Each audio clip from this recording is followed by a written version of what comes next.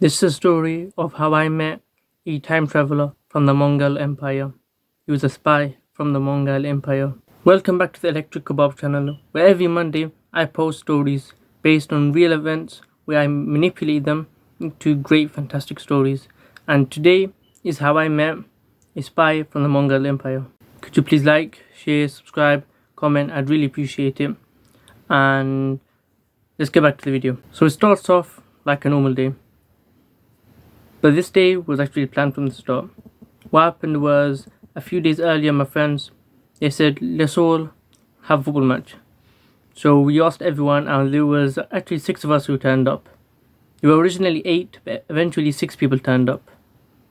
And of those 6 people, one of them surprised me. So what happened was, one of my friends, he came and picked me up. He came outside my house, I opened the door, and there were 4 of them. 3 of them, 4 of them including me. And all 3 of them were from my high school, but one looked a bit strange, a bit different. I went in, I handshaked every single person there in the car. 2 in the front, and it was me and another guy in the back. And this guy, who was a bit different, he was really excited to see me. He was like, "Oh my god, you're here, you're back. We haven't seen you in such a long time." And I felt kind of happy. But then I looked at him even more. He looked a bit different.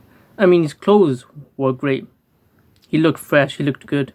His haircut was great as well. He was a good looking guy. But there was something off about him. He looked a bit ancient, you could say. So first, before we got to the football pitch to have our football match, where the other 2 were waiting for us, we took a few pit stops, you could say. This friend, the peculiar friend, he said, let's go and get some pet supplies. And I was thinking, why does he need pet supplies? And looked closely to his clothes.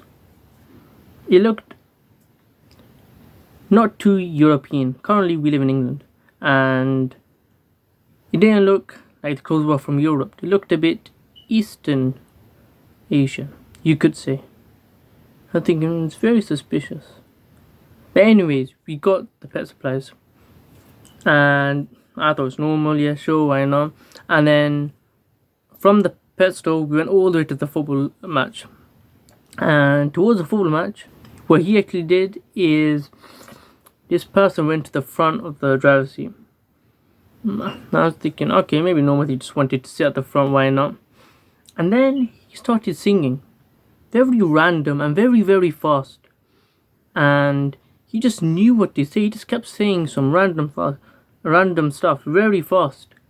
And it wasn't just in English, in some other language as well. I was thinking this is very suspicious.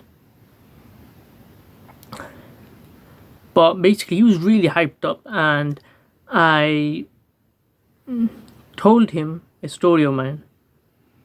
And he started laughing so much. Literally, he was bouncing up and down. He was dying of laughter. And I was like, he never usually does this. Maybe I haven't been around him for a long time, but this is very weird.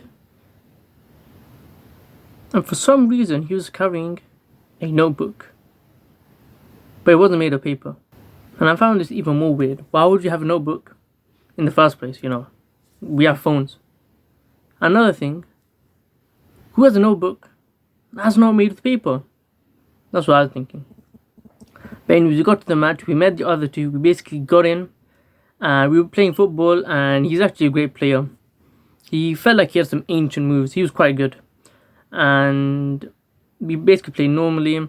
And then when we had our breaks to have water and stuff, and we just sat down, started asking about life. And I asked about life as well. And also randomly, he said,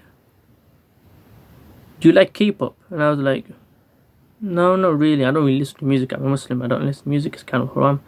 And I was like, "Why do you say them?"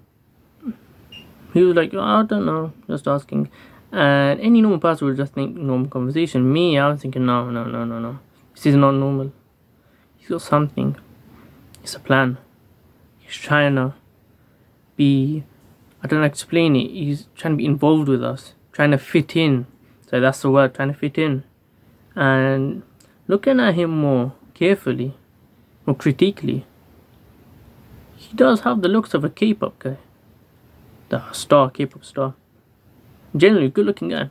And his haircut was like that. And I was thinking, did the Mongol Empire send a spy styled as a K-pop star? Or am I just tripping? What do you think? But his stories were inaccurate to the stories he usually would tell. His life is pretty much normal, but the stories he told felt like they were from years ago.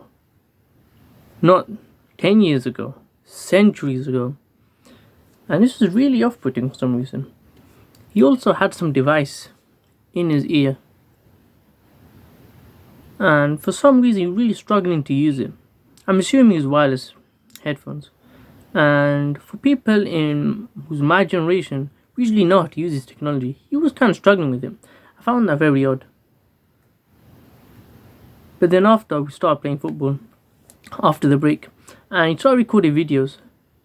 And while he's recording videos, I thought this was a bit weird, but it's not too weird. And he also took a selfie with me, took some nice photos. Do you think I look good? Tell me. Thank you if you do. And basically, he took some photos, and I was quite happy with him. Then he started sending it to people, and I was like, okay. Now I thought it would just be to like me, myself, maybe the group chat. He did eventually send it to the group chat, but maybe that's to not raise suspicions. I feel like he also sent it to someone from the past. Maybe I've been going crazy. I really do think he's a spy. And so what happened is he started recording everyone else, taking pictures, and he basically sent it off. I'm thinking, okay, that's a bit weird. And then he said, why don't we go and eat together? And I was thinking, in my head, I was thinking, hell no, this guy's a spy from the past. And inside my brain, I was also arguing, I was like, you're crazy, how is he a time traveler? Time traveling doesn't really exist. But there was a smirk from his mouth, as if he knew what I was saying in my head. I was thinking, can you read my mind? And I wasn't trembling in fear, but you could see my fingers twitch. And I was like, maybe I shouldn't go. But another friend, he said he'd go. What I did is I quickly warned him. I said, don't go. He didn't listen to me. And in the end, what happened was, me and my 3 friends that dropped me off, we actually took me back to my place, and he dropped me off there. But he went to eat after. But ever since that day, he's been less active, talking to me. Also, the friend I went with him felt a bit off. It's like they both came back a new person. Respawned, you could say. Or even switched places with someone else. But anyways, thanks for watching. That's my story, and I'll be uploading these stories every Monday. And if you want these to become more regular, could you like, comment? That really boost the video and get a lot of views. Then I'm more incentivized to make more videos. And if you have any more story ideas where I could twist it or do anything, if you want to send photos, up to you, but just ideas would be great. If you could send that, I'd really appreciate it, and I could make it into a story. And thank you for this person who sent the photos. I really appreciate you, and I hope nothing offended you.